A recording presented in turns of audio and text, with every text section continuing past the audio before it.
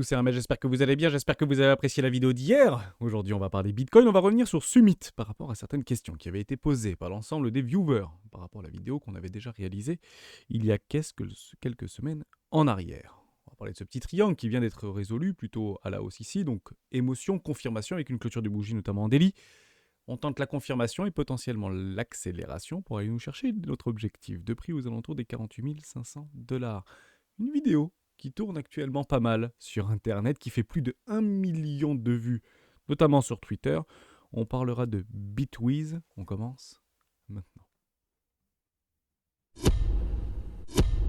Avant de commencer, je vous invite toujours à rejoindre le Code des Rodéos Marché. Vous trouverez le lien dans la description. À l'intérieur, une documentation qui s'appelle la stratégie des 4 euros. N'hésitez pas à l'utiliser, vous en imprégnez, vous en inspirez pour vous aussi. Trouver votre propre style d'investissement, que ce soit sur le court, moyen, long terme. Avant de commencer, j'aimerais qu'on revienne sur Summit. C'est un organisme français qui propose du mining, de la gestion passive, financière, également des pools de liquidités et des pools de crypto-monnaies. On avait d'ailleurs réalisé un interview ici, un AMA, avec Mathieu Vincent, une constellation d'opportunités, entretien avec Mathieu Vincent. Si vous l'avez loupé, je vous remets le lien directement en haut à droite de la vidéo, vous pouvez cliquer et la découvrir. Ça dure à peu près 1h30, à quel point j'ai pris du plaisir à pouvoir partager avec lui. Je rappelle quelques chiffres, ça a été lancé en 2019 en Irlande, à Dublin, donc il y a 4 ans de cela. C'est une entreprise européenne, 5000 clients, 100 millions de dollars de fonds sous gestion au plus haut du bull market en 2021, 20 000 mineurs Bitcoin connectés et répartis dans 12 sites et dans 4 pays, 40 collaborateurs. Summit, c'est un écosystème complet proposant une constellation de services à forte valeur ajoutée. Summit Mining, Summit Quantum, Summit Venture, Summit Node, Summit Research, bien plus encore. La promesse extrêmement simple, apporter des solutions d'investissement clés en main à un large public dans un univers de la blockchain et des crypto-monnaies. Une vision claire et assumée, développer le système financier de demain en s'appuyant sur un écosystème ouvert et inclusif avec l'ensemble des communautés. Si vous voulez en savoir plus, cliquez sur la petite vidéo qui se trouve juste ici. On va commencer avec une première question. Bonjour, très intéressant, merci pour ce partage. Pourriez-vous me dire plus sur vos investissements, sur vos investisseurs et partenaires principaux? Salutations. Donc il travaille avec Luxor. Donc j'ai échangé avec Mathieu Vincent il y a quelques jours en arrière. Il travaille avec Luxor. Il travaille également avec une boîte française qui s'appelle ERA 2140. Il travaille également avec Wagmi Studio, également une entreprise française spécialisée dans les technologies du Web.3. Et il bosse aussi avec Bitmain, bien évidemment, donc société de fabrication de mineurs, notamment singapourienne. C'est aujourd'hui le leader mondial de la fabrication et de l'expédition des mineurs partout dans le monde. Il travaille bien évidemment également avec Bitmain. Hello, moi j'ai une question, pas forcément propre à Summit, mais en ce qui concerne tout de même, pourquoi mettre 2000 € dans le mining, type Summit Mining, vs acheter 2000 € de Bitcoin directement? Quels sont les avantages, les inconvénients? Merci pour ça. Par contre, Summit Research me fait de l'œil. Oui, effectivement, Summit Research, moi aussi, m'a fait de l'œil. D'ailleurs, je l'ai pris personnellement. Et les académiciens ont accès à l'intégralité des données qui s'y trouvent à l'intérieur.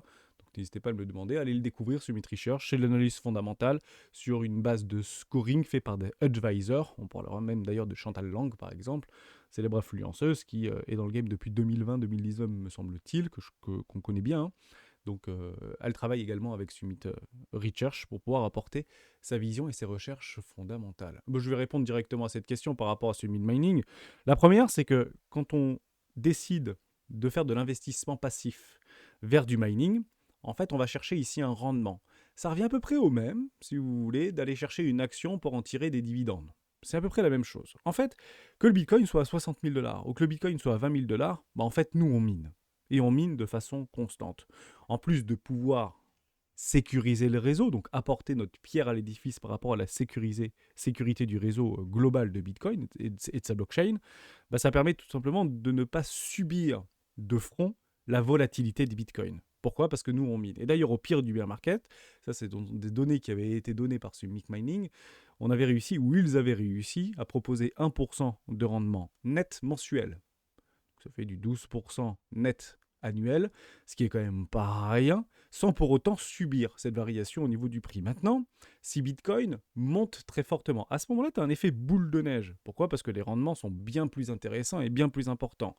À la différence, et ça peut être un inconvénient, si jamais le prix du Bitcoin ne bouge pas, à ce moment-là, tu es directement influencé par rapport à l'amortissement de tes machines qui tendront dans les prochaines années irrémédiablement à zéro. On parle de 3 à 6 ans pour la vie à peu près d'un mineur. Aujourd'hui, c'est un petit peu plus. Il me semblerait qu'ils ont réussi à faire des machines beaucoup plus robustes et beaucoup plus résilientes dans le temps. Mais on peut partir du principe que l'amortissement d'une machine et d'un mineur, c'est entre 3 et 6 ans, grand maximum. Difficile d'aller les tirer beaucoup plus loin que ça, ne serait-ce que par rapport à ce qu'on leur demande en termes de vitesse et de puissance de calcul, à quel point elles sont sollicitées. Voilà, j'espère que j'ai répondu à tes questions. C'est surtout de façon extrêmement claire, un anéantisseur de volatilité. C'est ça finalement le mining. C'est que alors c'est pas une promesse, mais c'est quelque chose qui se vérifie et qui se regarde dans le temps et dans des temps plus ou moins longs pour pouvoir générer un rendement passif et accumuler ce rendement-là en réinvestissement qui permet de décupler les intérêts composés tout simplement. Bon, ça me semble être un concurrent direct de la planète Asher. Non, troisième question. Alors oui, avant et non aujourd'hui. En fait, Just Mining de Asher, par son fondateur, a été modifié en tout cas changé, a migré pour Meria. Et Meria aujourd'hui, plutôt direction des institutionnels et des sociétés d'investissement. Donc ils ont arrêté quasiment la totalité de leur comme on peut dire ça, de leur ADN mère de Just Mining, et aujourd'hui ne font, à ma connaissance, plus du tout de mineurs, et plus du tout de mining. Donc c'est clairement plus, on peut dire, un concurrent aujourd'hui. Mais tu as raison, si tu fais la correspondance directement avec Just Mining, oui, effectivement, ils étaient à un moment donné concurrents puisqu'ils proposaient sensiblement la même chose. Encore que Just Mining était plutôt dans la conception et l'expédition de mineurs directement à des maisons par rapport à leur entreprise mère et ADN. Summit Mining, lui, ça a toujours été de mettre en place des leviers de financement pour pouvoir lui-même acheter à travers le monde des mineurs pour pouvoir en tirer un rendement. Et c'est plutôt, j'ai envie de dire, du mining collaboratif ou plus précisément du mining communautaire. C'est clairement la vision aujourd'hui très long terme de Summit. 4. Sauf erreur de ma part, vous n'avez pas trop abordé d'ICO et notamment le ticket d'entrée 500 € minimum que je trouve assez élevé. Pourrais-tu nous dire pourquoi une telle somme et quel est le montant de bénéfication du code de parrainage? Merci Hermès. Donc parrainage 2%, c'est pour tout le monde, exactement la même chose, une petite bonification supplémentaire. Et les 500 € minimum, c'est toujours la même chose. En tant que VC, parce qu'on se met un petit peu dans la peau des VC ici, les tickets d'entrée en fait sont extrêmement faibles. Donc c'est surtout une question de gestion. Parce que plus tu as des petits tickets, plus c'est compliqué entre guillemets à gérer, sauf s'il y a des outils qui permettent en fait de centraliser tous ces tickets-là de façon quasiment algorithmique. Donc c'est plus en fait pour essayer de trouver des personnes extrêmement motivées. Et effectivement, on trouve plutôt des tickets entre 50, 100, 150, peut-être 250 €. Je pense que ça, pour les meilleurs projets, tendra à toujours augmenter. Par exemple, moi actuellement, je regarde des projets et je ne vous en parle pas, mais je suis très sollicité par ces projets-là. Les tickets minimum, c'est 5 000 €. Par exemple. Et je comprends à un moment donné que si on parle à 2, 3, 4, 5% de la communauté, ça sert un peu à rien. Donc, et si moi j'investis personnellement dans des projets, je vous en parle directement. Mais c'est vrai que les tickets probablement viendront en fait à augmenter avec le temps. C'est pour ça que autant en profiter aujourd'hui. C'est toujours la même chose. Si aujourd'hui tu prends sur une base 100, une bêtise, sur 100 personnes, il y a 5 personnes qui sont aujourd'hui intéressées et investissent dans les crypto-monnaies. Donc si demain on est 30% et non pas 5%, on comprend bien que les tickets d'entrée vont de toute manière monter par rapport à des zones de valorisation qui seront visées par rapport à un potentiel d'investissement beaucoup plus élevé. Évidemment, si aujourd'hui tu as 5% des 5% qui sont capables de mettre 500 €, imagine bien que si tu as 30% et 5% de 30% qui sont capables de mettre 500 €, autant mettre 1000, 2000 ou 3000 €, ce sera beaucoup plus simple à gérer. J'espère que j'ai répondu à tes questions. Dernière question, hello tout le monde. Est-ce que l'on connaît la date de la fin de l'ICO? Si je comprends bien, elle n'a pas été directement liée au TGE, effectivement, puisque le staking pourrait débuter Q1 2024, c'est bien ça. Alors, de sources sûres, on devrait avoir un listing et une fin d'ICO aux alentours de mi-2024. Voilà.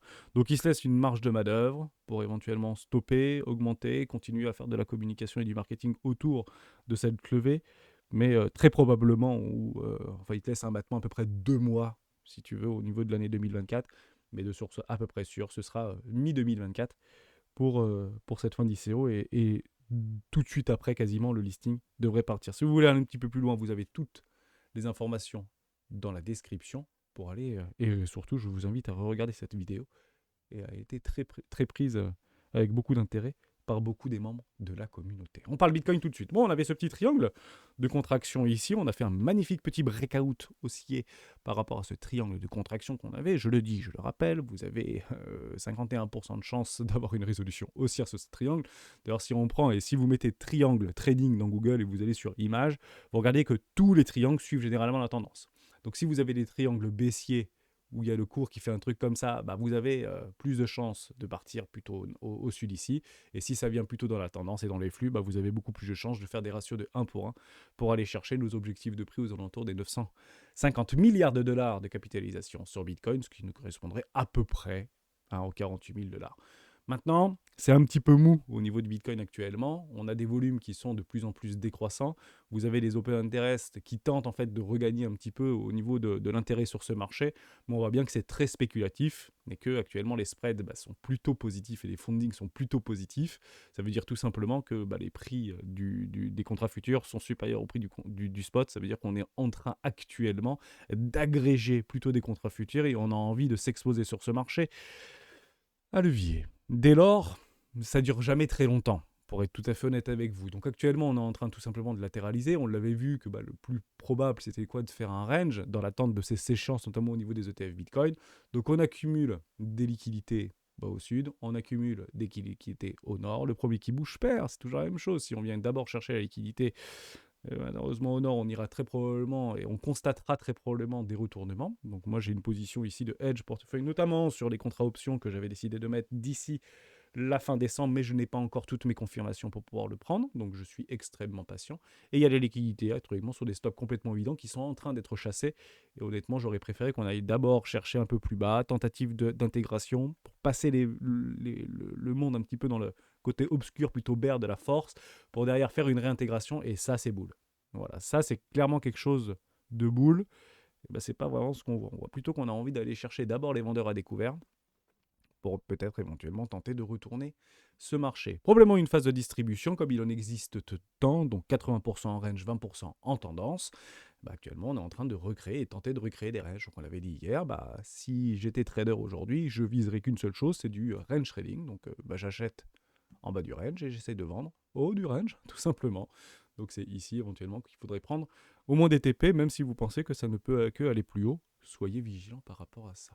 On continue avec une information extrêmement importante, parce que ça a énormément, et je dis bien énormément, été partagé sur les réseaux et notamment sur Twitter. C'est ça, Bitwiz. Bitwiz qui propose une publicité, et oui, vous ne rêvez pas, par rapport aux ETF spot. Alors j'ai vu plein de tweets, Bitwiz fait une publicité sur l'ETF spot. Alors, à aucun moment il y a marqué spot, à aucun moment dans leur communication il y a marqué ETF spot. En fait, on n'en parle juste pas du tout. C'est juste une déformation d'une espèce de prémonition pour dire ils font déjà de la pub sur le TF Spot, etc. Ça veut dire qu'ils savent quelque chose, peut-être que nous, on ne sait pas, etc. Bon, on le sait bien, on alimente, entre guillemets, la rumeur par de l'image et par du marketing. Donc, ils sont très bons au niveau du marketing. Maintenant, ce n'est pas une boîte récente, c'est une boîte qui date depuis 5 ans, 6 ans en arrière. Et d'ailleurs, je vais aller un petit peu plus loin, comme ça, je vais vous essayer de vous faire travailler votre esprit pour, à chaque fois que vous voyez ce type de news, essayez d'aller un tout petit peu plus loin. Essayez d'aller chercher en fait l'information supplémentaire. Et je vais vous la donner, cette information supplémentaire. Déjà, on ne parle pas du tout des ETF spot ici. On parle de leurs produits, et leurs produits ne sont pas, à ce jour, des ETF spot. Bien qu'ils travaillent avec la SEC, bien qu'ils soient communiés avec la SEC, mais ce n'est pas depuis 2022 qu'ils sont en communication avec la SEC. C'est depuis 2019, en fait, qu'ils bossent avec la SEC pour essayer de faire passer des ETF, notamment au comptant. Donc, il est connu, d'ailleurs, le fondateur, il fait Journal du Coin ou Cryptost a pas mal de vidéos, enfin, pas mal d'informations sur leur site à ce sujet-là. Donc, clairement, des ETF soutenus, je vous le traduis, par des spécialistes de la cryptographie, ça c'est juste formidable. Je ne vais pas vous faire un à propos de nous. Et d'ailleurs, c'est une start-up de la Silicon Valley, et qui se trouve à San Francisco, qui avait d'ailleurs levé 70 millions de dollars lors d'un tour de table obtenu les fonds de nombreux investisseurs institutionnels, particuliers de Wall Street et de la Silicon Valley. 70 millions de dollars. Maintenant, si vous prenez Bitwiz et que vous sautez dans l'information, vous vous retrouvez sur des informations assez préoccupantes par rapport à Bitwiz. La SEC allègue que les anciens PDG d'une start-up technologique ont levé frauduleusement 70 millions de dollars auprès d'investisseurs. Ça, c'était en 2023. Les anciens fondateurs de Bitwiz Industries. Donc on voit bien ici, en 2021, ils lèvent 70 millions de dollars. Et là, apparemment, ce serait frauduleux. Mais on continue. C'est pas rien. La SEC accuse les anciens cofondateurs de la startup technologique Bitwise Industries d'avoir falsifié les documents tout en collectant 70 millions de dollars auprès d'investisseurs de façon frauduleuse. Ils peuvent encourir 7 à 10 ans de prison et 350 000 dollars d'amende. Je vous remets ici un des fondateurs, ou le fondateur, CEO, c'est Hunter Hosse de Bitwise Asset Management. Et vous avez peut-être compris la blague, mais Bitwise n'a aucune affiliation avec Bitwise Industries. Je trouvais ça assez dingue, puisque Bitwise Industries existe depuis 2013. Bitwise Investissement existe, quant à lui, je crois, depuis 2017. Je crois que c'est 2017, 2016-2017. Et effectivement, c'est nouveau, hein, c'est le 9 novembre 2023. Donc à un moment donné, au premier coup, j'ai dit, oula, ils tentent le tout pour essayer de racoler et de prendre dans leur filet des investisseurs non initiés. Donc non, apparemment, il n'y a aucune affiliation. Donc ce petit disclaimer est là. Maintenant, on repart sur quelque chose de cohérent et sur quelque chose de véritable et de vérifiable. Bitwise, en fait, ils ont déjà des outils de spéculation au travers ces technologies blockchain. Et on va commencer par le plus connu, j'ai envie de vous dire, c'est le BITC, Bitwise Bitcoin Strategy Optimum World ETF. Donc on parle bien des ETF. Je clique dessus et vous allez comprendre quelque chose d'extrêmement simple, c'est que c'est directement lié par rapport au contrat futur. Donc à aucun moment on fait de la publicité pour les ETF spot. Il fait de la publicité, pas forcément très explicite, sur des ETF, mais ses propres produits. Donc, jusqu'à preuve du contraire, rien d'illégal. Maintenant, on a l'impression que c'est énorme, qu'on en fait mucho et que on essaye de choper toutes les petites briques de communication, de marketing ou de publicité pour s'injecter directement dans les veines du bullish produit pour dire que ça ne peut que aller au nord. Attention à ce type de narratif, parce que tout est très bien ficelé pour essayer de nous plonger dans une direction, voire une unidirection, pour malheureusement mieux nous retourner. Voilà, nous faire généralement acheter au pire moment, donc attendez bien vos confirmations et ne vous surexposez pas, même si nos convictions et nos certitudes se renforcent via ce type de manipulation ou via ce type de publicité marketing. Ça ne doit pas nous concerner. Ça doit tout simplement alimenter notre performance déjà positionnée. Ça ne doit pas en fait nous conditionner. Voilà, très clairement. Maintenant, si on va à l'intérieur de Bitwise, bon, on va pas se mentir, c'est une cacahuète. Hein. C'est net asset sous gestion, c'est 4 millions de dollars, quoi. Donc, bon, c'est que dalle, je vous le dis franchement. Donc, honnêtement, beau buzz par rapport à la vidéo qui fait plus d'1 million de vues, à quel point je l'ai vu partager. Elle est plutôt chouette, cette petite publicité, mais ils sont pas à leur coup d'essai. Vous pouvez regarder sur leur site, il y a pas mal de petites publicités qui sont exactement manœuvrées de la même façon. Et si vous reprenez réellement dans le passé, vous avez déjà eu des informations assez propres et assez explicites par rapport à la bullish attitude de son fondateur, et probablement qu'il a tout à fait raison. C'était un des seuls, notamment en octobre 2022, nous expliquer que 2023 serait une bonne année, parce qu'ils voyaient par rapport à leur boîte qu'il y avait de plus en plus d'intérêt institutionnel. Et évidemment, les institutions se positionnent plutôt quand tout le monde est en train de capituler. Donc il l'a vu, en réalité, il l'a senti au niveau de sa propre boîte, et il nous l'a partagé il y a encore maintenant 1 an en arrière, donc c'est en octobre de l'année dernière. Comme quoi, effectivement, il y avait de plus en plus d'intérêt spéculatif autour de ce truc-là. Maintenant, si on revient vraiment dans le passé, et ça, je ne sais plus de... Voilà, ça date du 15 août 2019, il parlait déjà des ETF au comptant. L'ETF Bitcoin arrive toujours aussi pour les problèmes de la SEC, sont grands, etc. Donc il expliquait qu'il essayait déjà de discuter, de communiquer, de positionner des ETF au comptant. Dites-vous que c'était pas Bitwise, mais il y a aussi Grayscale, que ça fait depuis 2019, qui tente en fait de faire passer sa fiducie, son trust, vers un ETF Bitcoin. Oh, ça fait 5 ans bientôt maintenant. Donc oui, on a l'impression que c'est imminent. Oui, on a l'impression, parce que BlackRock est arrivé avec ses grands chevaux, que ça va se modifier. C'est des mastodontes, la SEC. C'est des gros bonnets. Hein, s'ils veulent repousser, soi-disant qu'ils ont que 3 fois pour repousser les... Ils font ce qu'ils veulent. La loi, c'est eux. Donc il faut vraiment essayer de rester humble par rapport à ces informations-là et de ne pas se laisser polluer par rapport à ce narratif qui est, semblerait-il, très bien ficelé pour pouvoir répondre à une question extrêmement simple. Lorsque nous avons des personnes proches de nous qui viennent nous voir pour nous dire « Est-ce que c'est maintenant qu'il faut investir dans Bitcoin ?» Vous allez voir que votre première réponse, généralement, est liée avec les ETF au comptant. Et tout le narratif qui nous a été alimenté pendant plusieurs mois maintenant vont dans ce sens-là. Ouais, c'est vraiment bien parce qu'il n'y a pas encore les ETF Bitcoin. Dès qu'il y a les ETF Bitcoin, ça va exploser. Et on a en fait cette tendance à pouvoir ou à devoir de façon unanime d'alimenter notre propre réponse vis-à-vis de ces événements-là. Or, si vous êtes investisseur, ces événements ne vous concernent pas, puisque vous avez une vision extrêmement long terme. On revient systématiquement dans la pédagogie et dans la mécanique d'un investisseur long terme ici. C'est la meilleure façon de survivre sur ces marchés. Voilà, Bitcoin, le prochain bull run pour 2023, vent d'optimisme pour le roi de la crypto. Et on parle ici de Bitwis, c'était le 18 octobre 2022, c'était peu avant le crack de FTX, donc un mois jour pour jour après cette annonce-là. Et il voyait des choses qui étaient extrêmement pertinentes. Nous avons constaté un intérêt accru de la part de notre clientèle et je pense que la toile de fond pour de nombreux investisseurs et qu'il y a historiquement eu des cycles de 4 ans, et bien qu'il y ait des opportunités de faire de l'argent dans de nombreuses phases de marché des crypto-monnaies, le marché boursier, sont des phases où la fortune peut être faite. Et effectivement, on investit généralement dans des phases de latéralisation et de capitulation, lorsque le marché a décroché de 70, 80, voire 90%, dans l'attente de magnifiques ruptures haussières et de breakout, voire de structures, pour celles et ceux qui les suivent, et éventuellement essayer de se positionner et de prendre des profits lorsqu'ils se présentent, en suivant scrupuleusement une stratégie que vous redéfinissez à l'avance.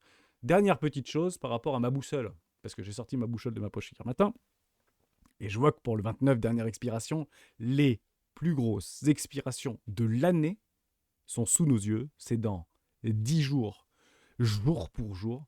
Max Swing Strike, 32 000 $. Est-ce qu'on va faire gagner ce strike price des 42 000 $? Honnêtement, j'en doute, encore une fois. Donc oui, le Bitcoin tente de faire des petits breakouts, on a 10 jours, un petit peu de volatilité, des petites news et pas mal d'informations et de publicités qui alimentent ce billet haussier, potentiellement pour mieux nous piéger. Je pense que les market makers ont allègrement la possibilité et les fonds qui sont complètement délirants pour nous envoyer à moins 15% l'espace d'une journée. Ça, c'est voire moins 20% l'espace d'une journée. Je ne le joue pas. Je vais tenter de me protéger sur des highs. Mais honnêtement, on est toujours un petit peu catalysé et emprisonné dans ces approbations ou refus des ETF Bitcoin. Donc, c'est extrêmement dur de se mettre contrepartie du narratif. C'est ça, en fait, être contrarien. C'est ça, être divergent. C'est ça, d'être à l'encontre de ce que pense et potentiellement joue la majorité. Puisqu'il est vrai qu'il y a de grandes chances, statistiquement parlant, que les ETF Bitcoin soient acceptés dans les 20 prochains jours. En tout cas, c'est une chance non négligeable, au-dessus probablement, et voire allègrement au-dessus des 50%, et se mettre contrepartie d'un possible retournement de veste de la SEC, c'est pas lorsque vous avez le retournement de la SEC qu'il faut le jouer. Et c'est maintenant qu'il faut le jouer. Donc c'est très difficile parce qu'ici on joue la news et généralement les insiders ont la news bien avant nous avec un N majuscule. Donc extrêmement difficile à jouer. Maintenant on prend un hedge position sur ces niveaux de valorisation avec un stop extrêmement large, voire des bloqueurs au-dessus des 48 000 voire 50 000 $. C'est pas complètement délirant parce qu'on arrive sur des grosses zones de volume. Mais actuellement je ne vois strictement rien. Ça reste haussier, les flux sont haussiers et on tente d'aller encore et de continuer à pousser la divergence. Donc on verra bien si on arrive à repasser notamment en délit dans un enfoncement d'activité ou dans une situation de surachat ici. L'OBV reste complètement croissant, les volumes en délit sont croissants et de plus en plus croissants, avec des magnifiques structures, notamment sur la capitalisation boursière de Bitcoin. Bon, je pense qu'on peut clairement aller chercher ces petits pics ici d'objectifs. 48 500 $, quelque chose qu'on avait vu depuis très très longtemps. Je me suis mis contrepartie du narratif et je me suis fait exploser un short de couverture. Donc on attend les mêmes confirmations si on essaie de le reprendre. Maintenant, toujours pareil, oui, beaucoup d'entre nous, et je le vois passer sur le Discord, qu'on est en train de diverger. Diverger, ça veut tout simplement signifier de la latéralisation, de la respiration. On crée des ranges en réalité, jusqu'à ce que potentiellement notre RSI revienne sur une neutralité, notamment des 50, ce qu'on appelle laisser respirer le cours. Et le cours respire dans des ranges, pas forcément dans des baisses, pas forcément dans des hausses, mais respire généralement dans des ranges. Voilà. J'espère que je vous ai aidé. Vous avez toutes les informations. Pour moi, la plus importante pendant ces 10 prochains jours, c'est clairement celle-ci. Je suis vraiment extrêmement curieux de voir si ou non on fait gagner ces près de 10 000 bitcoins, allègrement positionnés sur un strike price des 40 000 $. La question reste complètement ouverte. Il y a probablement des gens qui ont suffisamment d'argent pour pouvoir le télescoper. Très probablement avec un magnifique narratif vis-à-vis des ETF. D'ailleurs, en parlant du narratif des ETF, puisqu'on sait que c'est à peu près avant le 10 qu'on devrait avoir une résolution, vous avez ici au niveau du 26 déjà des strike price à 50 000 $, voire des strikes à 75 000 $. Et c'est pas des petits calls. On parle de quasiment 4000 bitcoins call ici, notamment sur Deribit, sur les 75 000 $. Donc certaines personnes pensent, avec des moyens importants, 4000 bitcoins, il faut les call quand même sur les 75 000 $, il faut quand même les call, à partir du principe que c'est quand même pas rien. D'ailleurs, on peut même regarder ce que ça donne 75 000 $ au niveau d'un call sur le 26 janvier. On peut le regarder immédiatement, je pense que je l'ai ici. On part sur le 26 janvier, je suis actuellement sur les options. On va regarder les 75 000, je les ai même pas. Formidable. Je sais même pas si je peux les avoir, j'ai que 60 000. Au niveau des calls, ça coûte 300 $. Donc, grosso modo, donc ça veut dire que si je leverage un bitcoin, ça me coûte 300 $. Donc, ça, c'est ma prime, c'est le premium. Ah, j'ai pas plus. Non, mais c'est dommage, ça. Ça va pas aller beaucoup plus que les. Je peux aller à 24 000, je peux aller à 60 000 $. Bon, ça coûte quand même un petit peu d'argent. Allez, sur les 75 000 $, ça devrait coûter peut-être 200, 300 au niveau du premium. Et c'est combien au niveau de la prime? On va regarder ça, on va en mettre 10. Ah, le Vega, il est à 221 quand même. C'est pas rien l'histoire. Bon, ok, c'est cher quand même. Il y a quand même des gens qui pensent que c'est possible, pour le coup, d'aller dépasser les 60 000 $ sur les BTC options, notamment à partir du 26/01 2024. Un petit peu moins, je pense, à la baisse. On peut regarder ça ensemble. Si on fait cette couleur, ah ouais, non, ça coûte que dalle au niveau des puts. Ici, c'est 40 $. Donc ça veut dire que un bitcoin, pour leverager un bitcoin, c'est 40 $ au niveau du max price. Donc vous avez le ask, ça c'est ceux qui proposent. Les bids, c'est ceux qui sont prêts à acheter immédiatement. Et vous avez le max price qui est délimité par Bybit, aux alentours des 40. C'est à peu près la même chose sur l'ensemble des échangeurs au niveau des contrats options. Donc ça coûte vraiment pas cher d'aller chercher les 25 000 $. Ça coûte vraiment plus cher d'aller chercher les 60 000 $ au niveau des calls. Donc j'ai envie de dire qu'aujourd'hui les opérateurs de marché, en tout cas, ou les insiders du marché, sont plutôt à la hausse qu'à la baisse. Est-ce qu'il faut se mettre contrepartie de ces gens-là? Est-ce qu'il faut se mettre contre ces gens-là? Honnêtement, j'attendrai encore une fois des confirmations avant de me mettre contrepartie de ce type de narratif. Ciao.